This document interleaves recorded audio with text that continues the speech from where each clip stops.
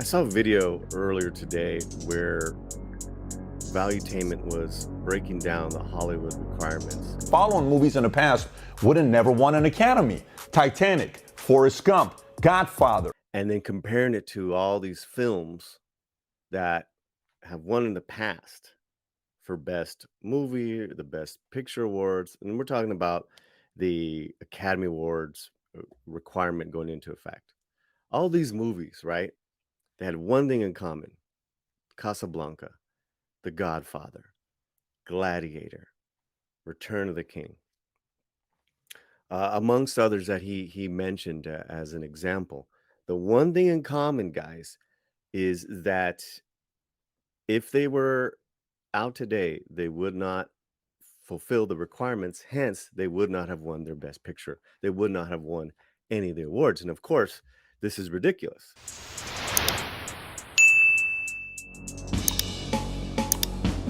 That's one argument for me, and I can have two arguments at the same time. It's ridiculous because these films I just mentioned are cinematic feats. They pushed cinema forward, period. Now, the other thing that I can see in regards to our channel, right, and covering the Latino perspective on things is that what they also have in common is that newsflash, no presence of any Latino stories at all. And if they are, they're villains. They're prostitutes, maybe nannies, maybe illegal immigrants in those films.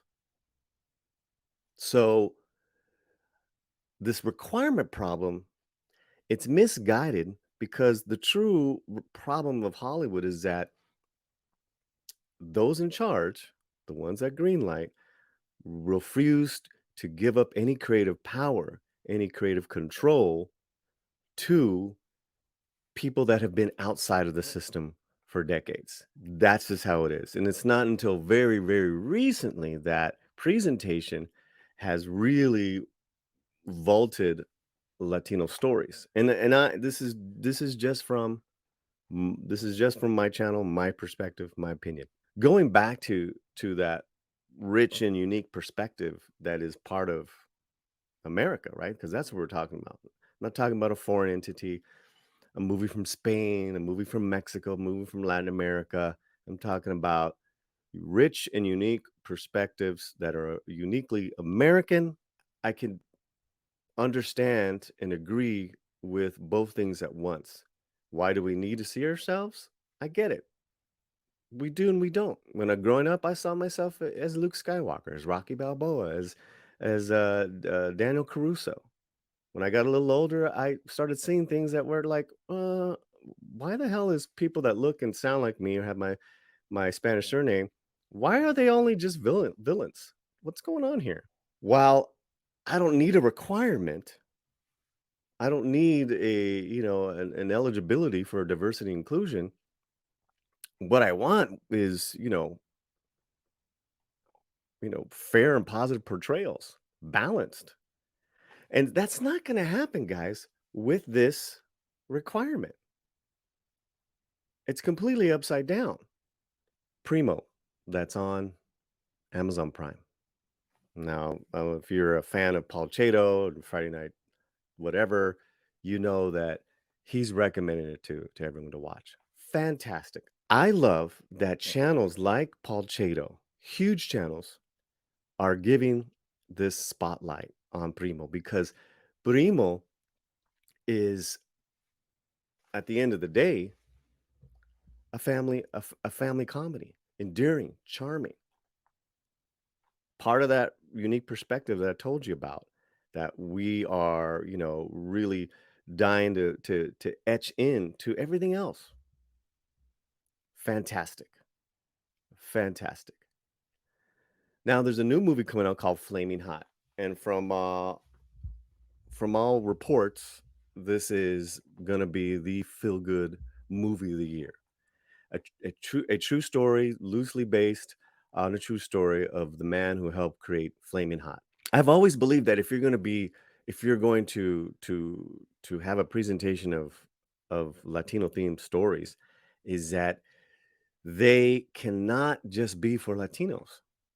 That's weird, right? But you can do the same thing at the same time. Two things at the same time. It can tell one that's so ethnically, culturally, authentically on the mark to where Latinos and the general audience gets it. That's primo. That's flaming hot. I think it's also interesting too, from what I hear in my reports, is that Flaming Hot is also a has a lot of faith and religion in the film, along with comedy. It also says to me that probably the biggest Latino hits this year are going to be hits that are, I want to say, kind of rooted. I think that's good. Rooted in the storytelling of principles, values, growing up, coming of age, family, loyalty. Not these other kind of like fringe ideas that, don't definitely doesn't they, that definitely doesn't represent the majority of of our culture. So there's room for all kinds of stories. But the ones that are going to be the big hits where it draws in just an audience period, I truly believe are going to be these movies like Flaming Hot, these TV shows like Primo.